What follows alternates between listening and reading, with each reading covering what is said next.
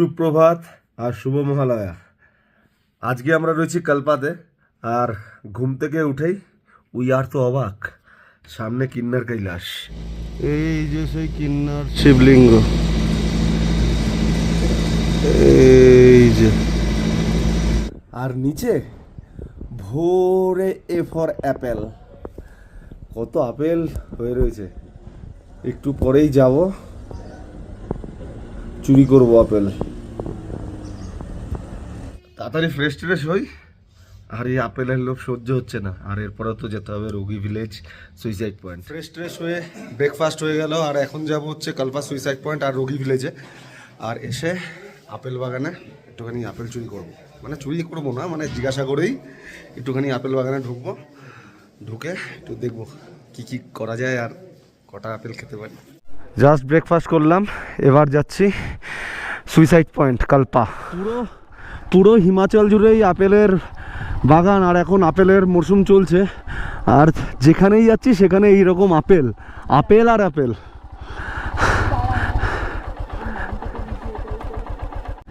খালি রাস্তার দুধারে আপেল গাছ আর আপেল গাছ, আর ভরে ভরে আপেল, লাল টসটসে apple. A for apple, B for ভরে ভরে আপেল। আর নিচেও রাস্তায় আপেল পড়ে রয়েছে প্রচুর। আমরা যে হোটেলে ছিলাম, হোটেল হোয়াইট নেস্ট, এখান থেকে Kalpa suicide point 3 kilometre approx. আর এখন আমরা যেখানে আছি সেখান থেকে আর ওই 2.5 কিলোমিটার দেখাচ্ছে অ্যাপ্রক্স।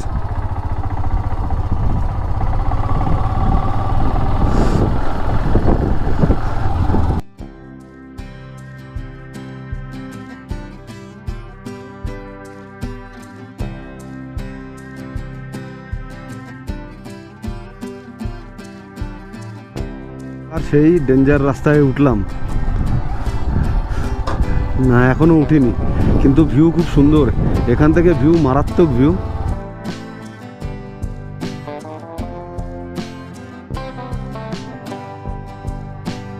কি ভিউ, হ্যাঁ এখান থেকে, আর তেমন খাড়া খাদ।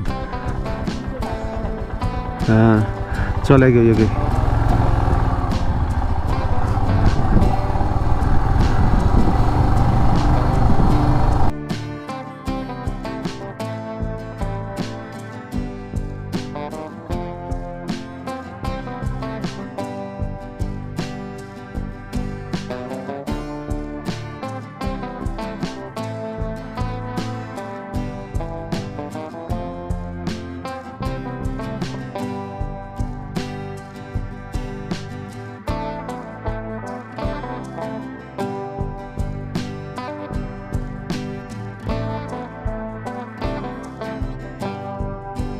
পাইন ফরেস্টের মধ্যটাও কিন্তু বেশ সুন্দরই লাগছে, বল সোমা?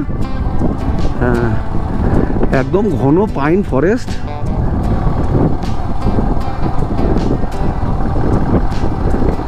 আর এখানে গাড়ি টাড়ি দাঁড়িয়ে আছে।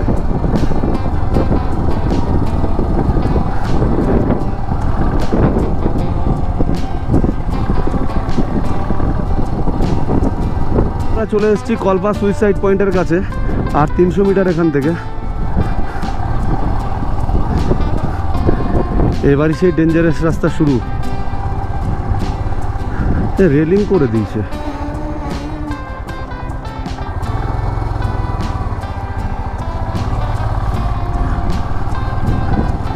প্রায় আমরা চলে এসেছি কালপা সুইসাইড পয়েন্টের কাছে।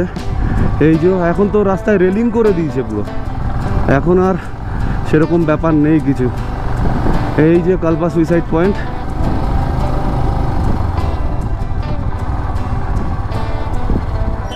আমরা এখন আছি কালপা সুইসাইড পয়েন্টে, আর পিছনে সোমা লোকাল ড্রেস পরছে। আন্টি ড্রেসটার নাম क्या है? हिमाचली ड्रेस। इसका नाम है हल्ली। ये टोपी। আচ্ছা हमारी दो है। হ্যাঁ, তো আমিও পরে তারপর একটু ড্রোন শট নিয়ে নেবো এখান থেকে।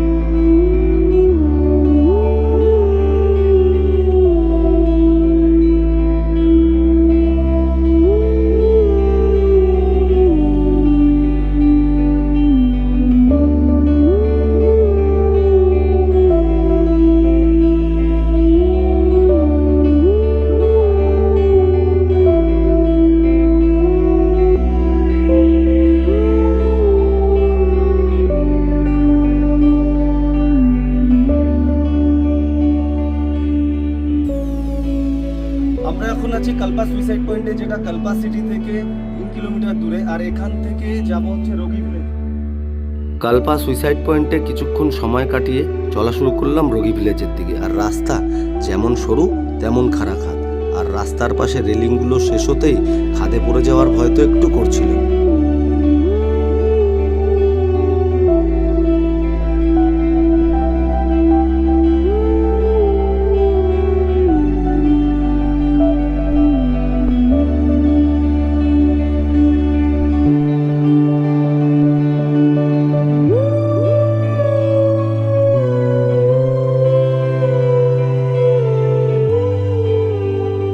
প্রায় 3-3.5 কিলোমিটার রাস্তা পেরিয়ে অবশেষে এসে পৌঁছলাম 8530 ফিট উচ্চতার রোগি ভিলেজে। আমরা এখন আছি রোগি ভিলেজের নারায়ণ মন্দিরের সামনে। অসাধারণ সুন্দর একটা মন্দির, কাঠের কাজ করা।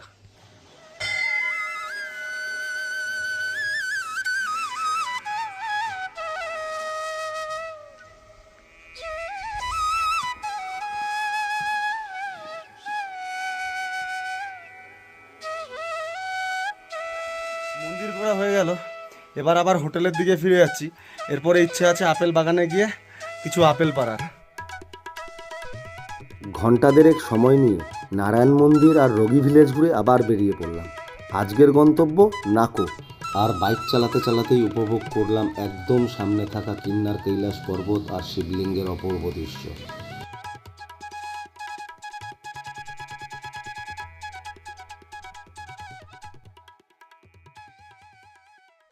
রোগি ভিলেজ থেকে বেরিয়ে এসে আমরা এখন হোটেলের সামনে আপেল খেতে চলে এসেছি, মানে আপেল বাগানে, আপেল ক্ষেত না। আর এখানে এত আপেল, আপেল আকার, মানে যেখানেই দেখাচ্ছি সেখানেই বড় বড় আপেল। এই যে আপেলই আপেল, মানে খাবো, তুলবো না কি করবো বুঝতে পারছি না। আর নিচেও কত আপেল পড়ে।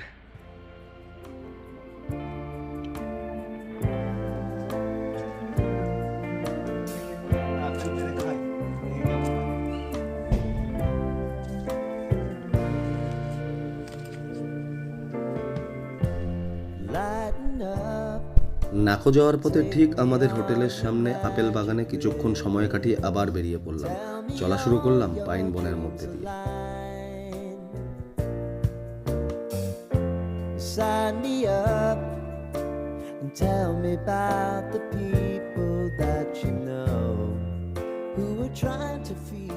যেতে যেতে হঠাৎ দাঁড়িয়ে পড়তে বাধ্য হচ্ছিলাম। কোনো ভিউ মিস করা যাবে না যে এই অপূর্ব Kinnar কৈলাসের। If you need to cry,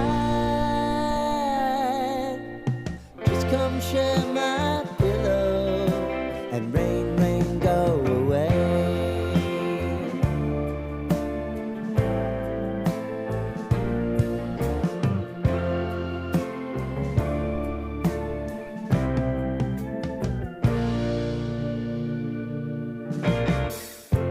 I wanna hear about everything you're ever thinking. অপূর্ব সৌন্দর্য উপভোগ করতে করতে অবশেষে এসে পৌঁছালাম রিকংপিওর পেট্রোল পাম্পে। তবে কপাল খারাপ, এখানে পেট্রোল পেলাম না। হতাশা আর উদ্বেগ নিয়ে বেরিয়ে পড়লাম আগের দিন ফেলে আসা 15 কিলোমিটার পিছনে এইচপি পেট্রোল পাম্পের দিকে, যদি সেখানে পেট্রোল পাই।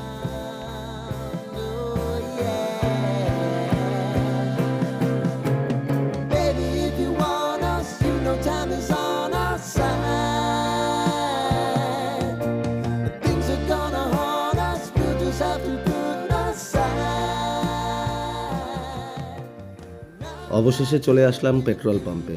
ফুল ট্যাঙ্কি পেট্রোল ভরলাম আর কিছু পেট্রোল নিয়ে নিলাম পেট্রোল জারিগানে, যাতে সামনের রাস্তায় পেট্রোলের জন্য ভয় পেতে না হয়। পেট্রোলের টেনশন মিটিয়ে আবার শুরু করলাম পথ চলা। আর হ্যাঁ, একটা জিনিস বলতেই ভুলে গেছিলাম, আমি যে রাস্তা দিয়ে যাচ্ছি, অ্যাকচুয়ালি আমরা যে রাস্তা দিয়ে যাচ্ছি, এই রাস্তাটার নাম হচ্ছে ইন্দো তিব্বত হাইওয়ে, যেটা শুরু হয় সিমলা থেকে। আরেকটা ইনফরমেশন দিয়ে রাখি, আমরা যে পেট্রোল পাম্প থেকে পেট্রোল ভরলাম সেটা হচ্ছে রেকংপ্রিয় থেকে 15 কিলোমিটার পেছনে, যেটা আগের দিনই পেয়ে গেছিলাম, কিন্তু তখন ভরা হয়নি। আর রেকংপ্রিয়র পেট্রোল পাম্পের পরেও আরেকটা পেট্রোল পাম্প আছে, তবে রেকংপ্রিয় বা সেই এইচপি পেট্রোল পাম্পটা থেকেই পেট্রোল ভরিয়ে নেওয়া ভালো, যাতে আগে অসুবিধা না হয়।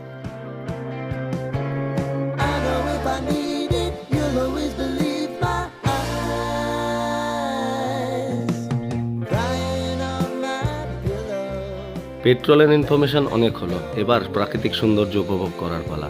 আর যেতে যেতে দাঁড়িয়ে পড়লাম রাপচি ওয়াটারফলের সামনে। আর এই ওয়াটারফলের সামনেই রাপচি নামে আছে ক্যাফে, যদি চান এখানে কিছুটা সময়ও কাটাতে পারেন।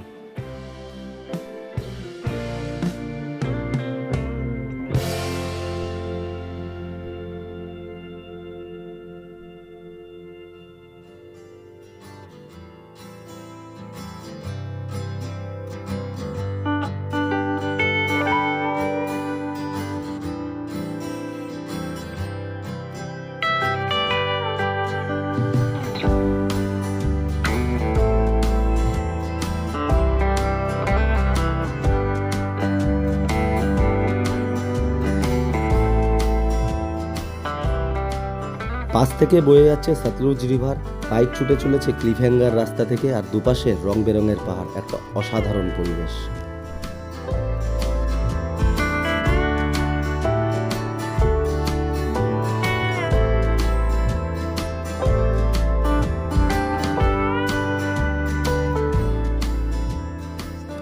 বাইক চালাতে চালাতে হঠাৎ করে দাঁড়িয়ে পড়ছি, দাঁড়াবই না কেন, চারিদিকে যে এত সৌন্দর্য, কখনো নদী, কখনো পাহাড়, কখনো স্নো ক্যাপ মাউন্টেন।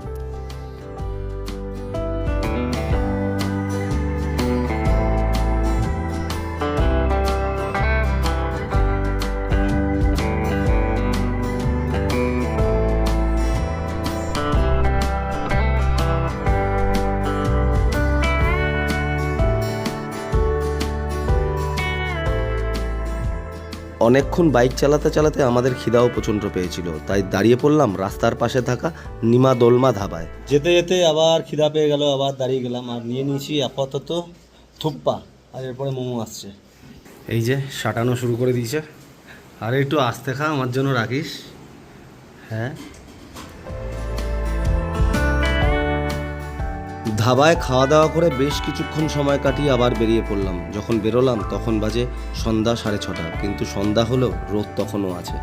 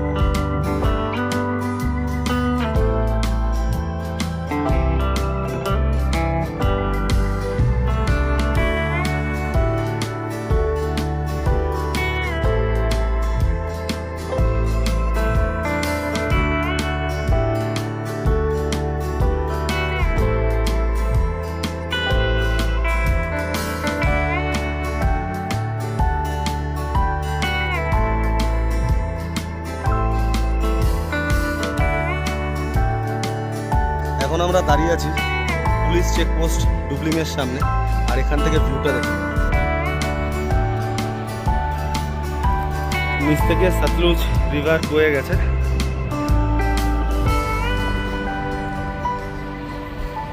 দারুণ।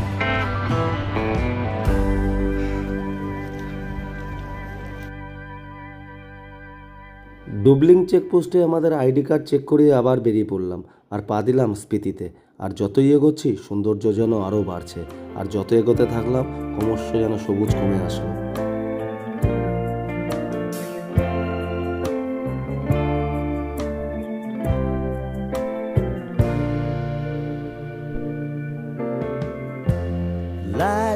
up, take me on your magic river. Tell me চলার পথে সতলুজ রিভারের শেষ ব্রিজ পেরোতেই পাহাড় যেন আমাদের আরও ঘিরে ধরলো। শুধু মাথার উপর ডায়ে বায়ে পাহাড় পাহাড় আর পাহাড়ই পাহাড়। tell me about the people. এতটা রাস্তা চলে আসলাম, একটা জিনিস ভেবে পাচ্ছিলাম না, কোথায় যে ক্যামেরা অফ করব, কোথায় ক্যামেরা অন করব। যখনই ক্যামেরা অফ করি তার পরক্ষণই মনে হয় ক্যামেরাটা আবার অন করতে হবে, না তো এই ভিউটা মিস হয়ে যাবে, এই ভিউটা বাড়ির লোককে দেখাতে পারবো না। If you need to cry, just come share my pillow and rain, rain, go away.